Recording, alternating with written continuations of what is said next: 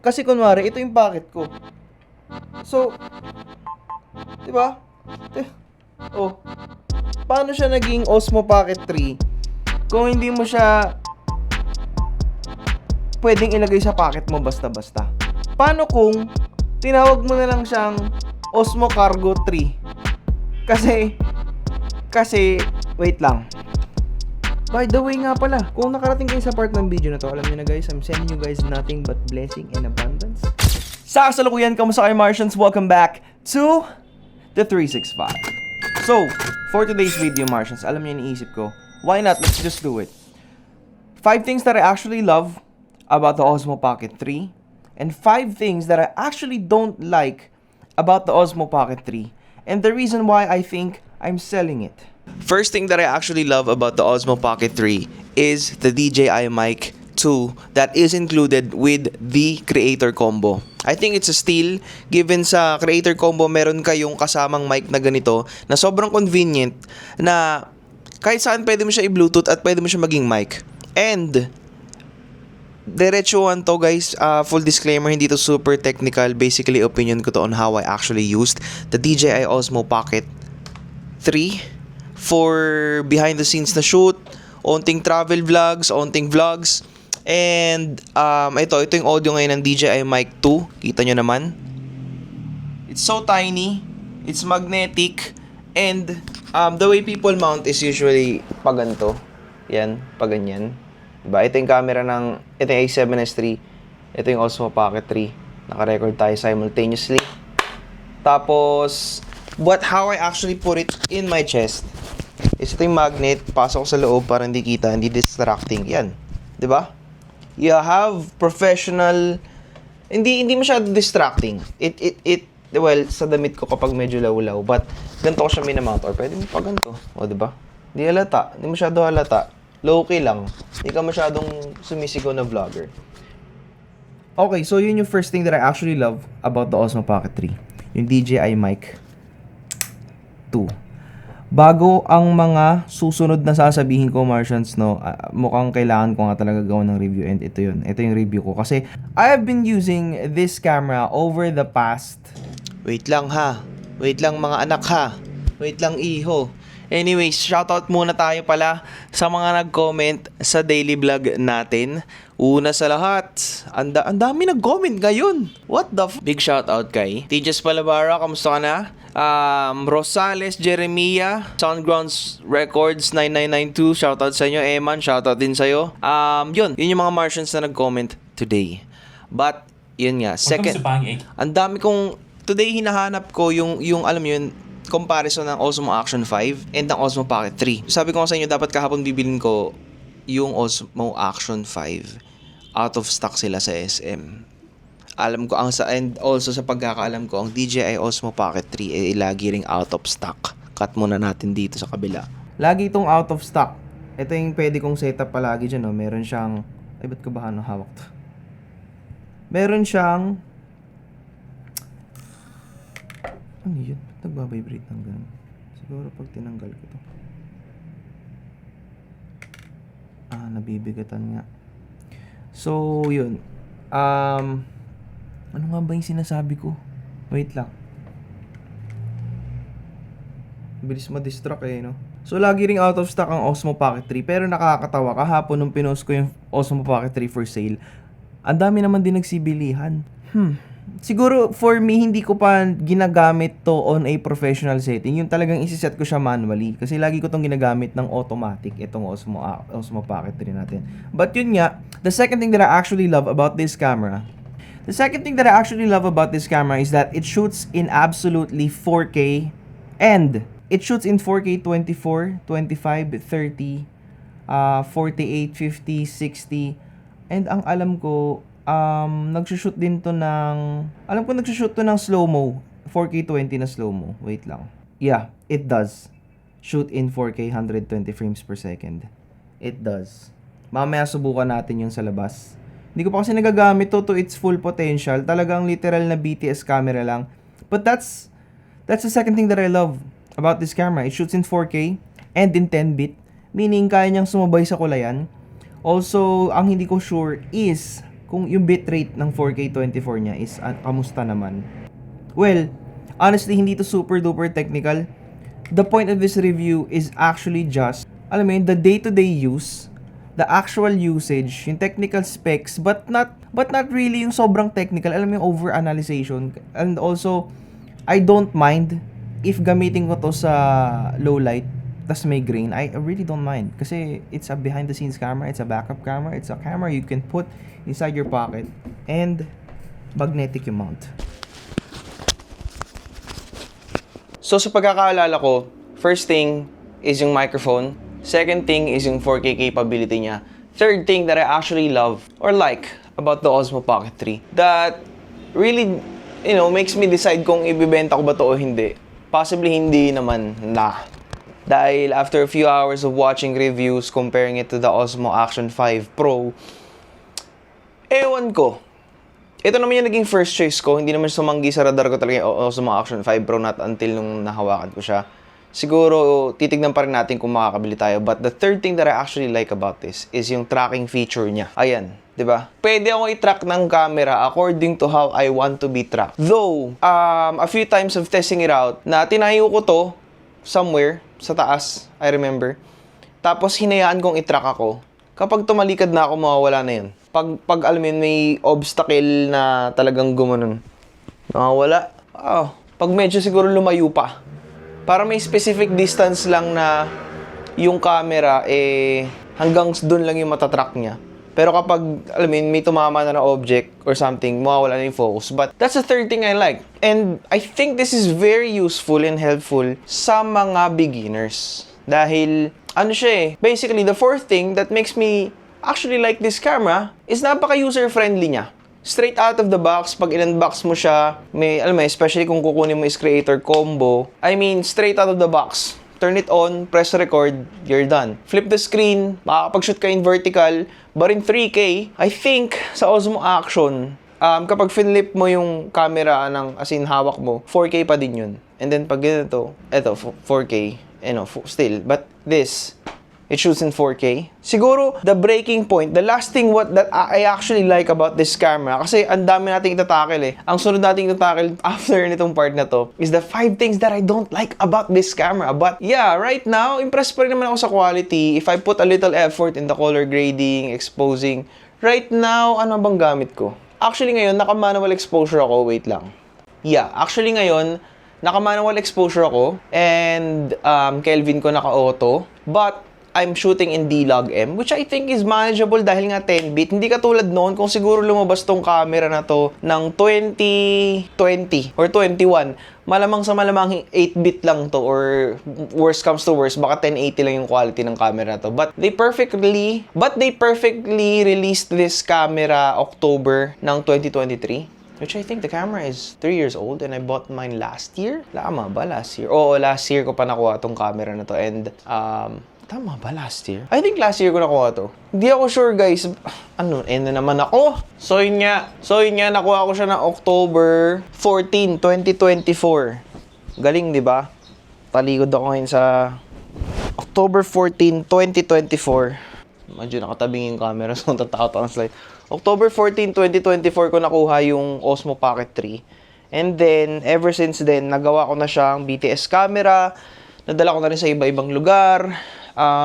Pero at some point talaga, nakikita ko siya as a behind-the-scenes camera ko lang. Hindi ko siya pwedeng gawing main. Dahil nga, syempre, ang main daily driver natin, A7S III. But, if dumating man sa point, naipaayos ko yung A7S III ko. Kasi, may issues na sa A7S III ko dahil matagal na rin naman na siya since 2021 pa. So, ito yung issue ko kay A7S III. Out of topic muna tayo. Tingnan nyo tong flip screen, di ba? Tingnan nyo.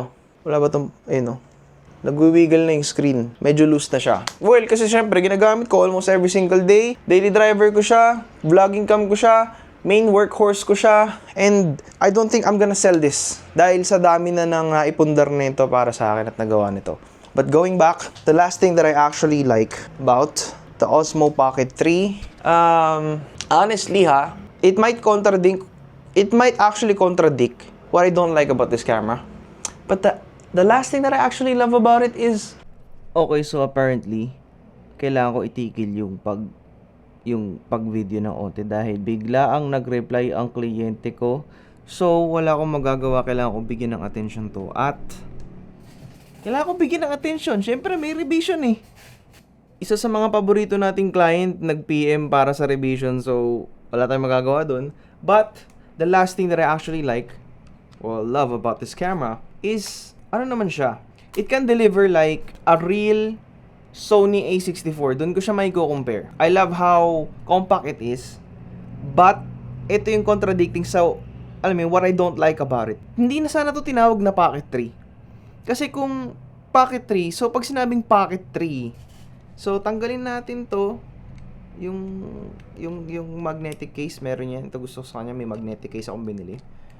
So I can mount it everywhere. Though hindi ko naman masyado nagagamit. So, ang standard na itsura kasi ng Pocket 3 is either meron kang ganito, extended battery, syempre yung case niya para protektado yung gimbal at saka yung lente ng Osmo. Ito yung standard na itsura niya. Tinawag siyang Osmo Pocket 3. 'Di ba? So, kung tatawagin tong Osmo Pocket 3, hindi ba dapat kasya to sa pocket mo? Kasi kunwari, ito yung pocket ko. So, 'di ba? Oh. Paano siya naging Osmo Pocket 3 kung hindi mo siya pwedeng ilagay sa pocket mo basta-basta? Paano kung tinawag mo na lang siyang Osmo Cargo 3? Kasi wait lang. Hindi ko cargo pants to kay bossing to. Pero ito yung cargo pants. 'Di ba? Ang cargo pants. hindi pa rin siya kasya sa bulsa, sa pocket mo. Ang lalim, 'di ba? Oh. Pero sa cargo pants, pwede mo siyang baklasin. Kasya sa gilid ng legs. Yan. Pero ang clunky pa din. Kaya para sa akin, it doesn't really live up to its name. Practically, kapag sinabing pocket, literal na dapat kasya sa bulsa mo. Kaya para sa akin, kung ang camera ay dapat pocket size, dapat kasya siya katulad nitong Insta360 ONE X5. May panggulo lang dyan ito. 'Di ba? Pero, pwede ko pa rin siyang ibulsa. 'Di ba? Not bad. Pero nga kasi, that's the first thing I don't like about it. Is hindi siya true to its name na Pocket 3. Siguro, Pocket 4K camera, yun yung best, alam mo yun, best explanation sa kanya. It's the best Pocket 4K camera. Or it could have been named na parang mini gimbal. Yun, ewan ko bakit ewan ko, yun talaga yung gripe ko sa kanya. Hindi naman siya, I mean, it's easy to carry. It's mobile. Pwede siyang parang Osmo Pocket Mobile or Pocket Camera. Osmo Pocket Camera, parang ganun na lang. Pero yun yung unang gripe ko sa kanya. Though, ang maganda naman din kasi, honestly, yun nga, pwede mo siyang baklasin, maliit lang siya, ganito lang siya. Siguro, kaya parang disagree ako kasi hindi naman ako malaking tao. So, meaning, pag malaki kasing tao, mas malaking bulsa mo, mga 6-footer, 7-footer, pag malalaki yung bulsa nila, talagang pwede sa bulsa nila. Pero kapag mga short king ka, siguro yun. But, the good thing about it is lagi ko siyang dala and pwede siya sa bag. Pwede ko siyang kunin anywhere, anytime. Yun nga, maraming accessories. Another thing I don't actually love or I don't like about this gimbal is ito. Ang diskarte sa paggamit ng extended battery ng Osmo Pocket 3 ay na-discover po ni Trixie, yung PA ko na madalas humahawak nito dahil nga BTS camera ko. Pag gagamitin mo siya, ganito lang. Gamitin nyo tong base. Especially kung kumuha ka ng Pro Combo. Kapag lobat na siya, saka nyo lang siyang gawin. Gawin nyo lang siya as power bank. Kasi kapag nakakabit siya, out of nowhere, nalolobat po siya. Hindi ko alam kung bakit. Tulad niya nag-green. So, charge niya hanggang maubos. Ewan ko kung bakit ganun yung function nito. But in all honesty, pwede kayong bumili nito sa internet. Meron ho na bibiling ganito, mas mahaba. Tsaka mas maraming watts. Mga nasa 1.6 pesos lang naman. Umorder ako, dapat darating, hindi dumating, kinancel nila. Hindi ko alam kung bakit. Kaya, iba na lang in-order ko. Yun, accessories na lang para sa Insta360 ONE X5. Another thing that I don't actually love, third thing that I don't actually love about this camera, or the Osmo Pocket 3, the reason why I'm selling it is, parang, nabagsak ko na to once. Hindi naman siya nasira. Though, sobrang prone na nawala yung mist filter, nabasag yung mist filter, nawala yung ND filter, nawala rin yung wide lens niya, all because ang dali niyang kumabit, ang dali niyang matanggal sa magnet ng camera mismo. Hindi ganong katibay yung magnet nito.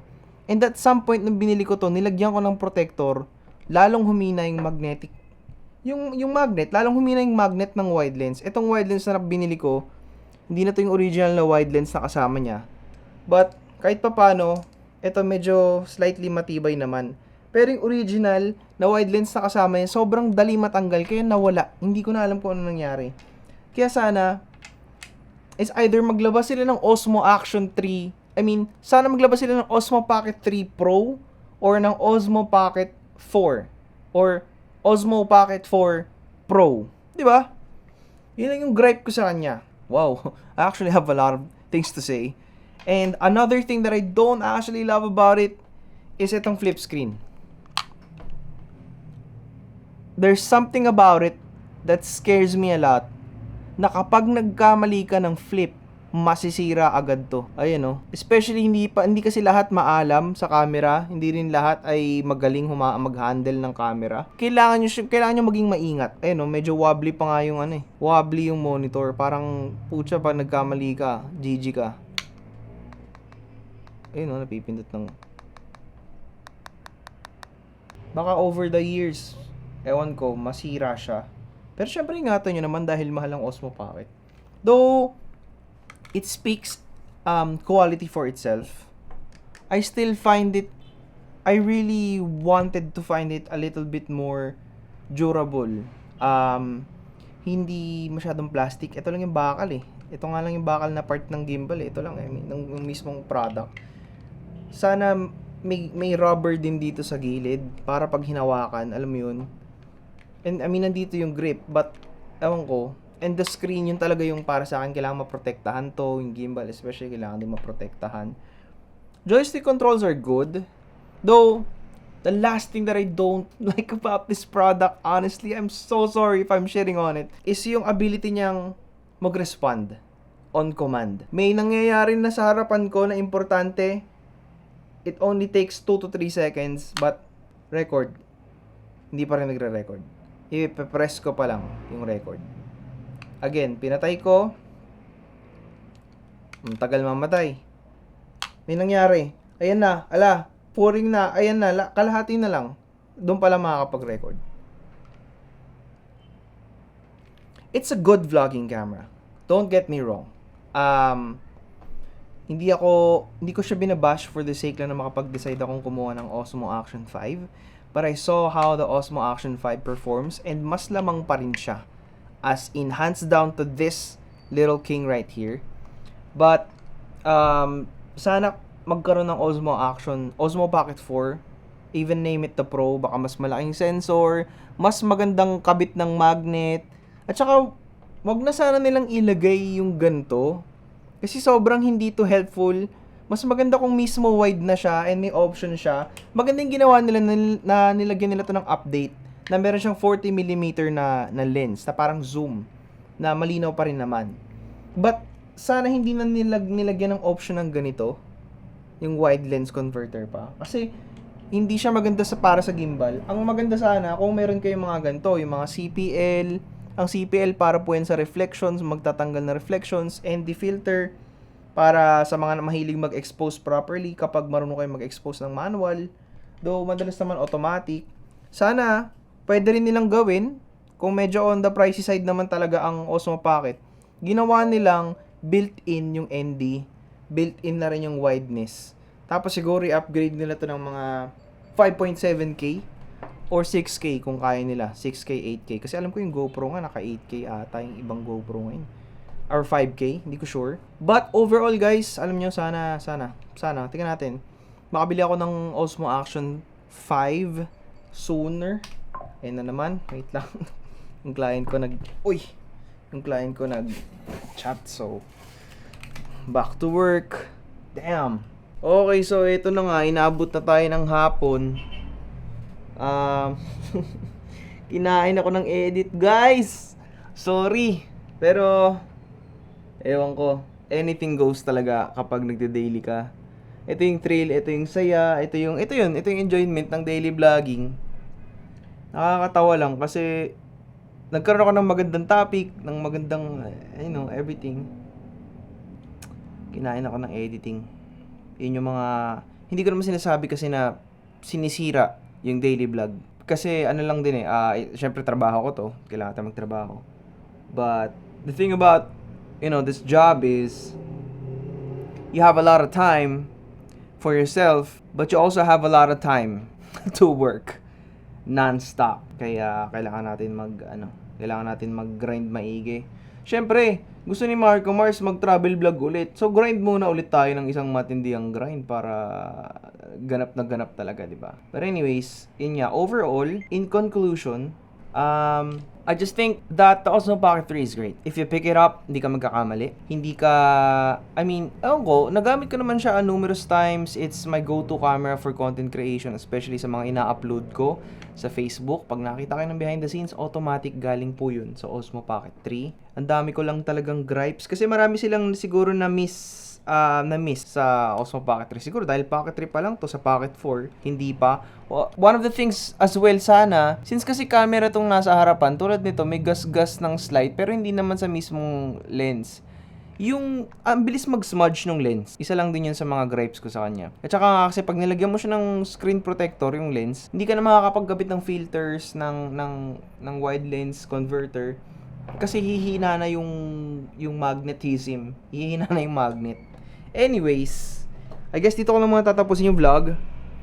Pero I'll be back. Probably I'll be back tomorrow. Pag-iisipan natin maigi kung kukunin ba natin yung Osmo Action 5. Tapos gagawa tayo syempre ng comparison at review. But base sa napanood ko sa YouTube, may slight difference sa quality talaga. May difference.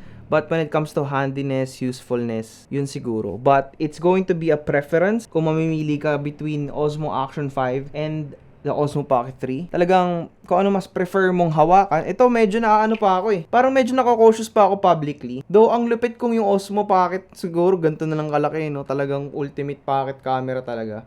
Pero kung ganyan na lang kalaki Osmo Pocket, ganyan, at least kalahati nito, no? Or screen na lang. Hindi, pero kasi grabe, sobrang imposible na nun. But anyways, yun nga, kita kasi bukas. And I will do my best to actually go out. Dahil hindi ako nakalabas today dahil nag-edit ako.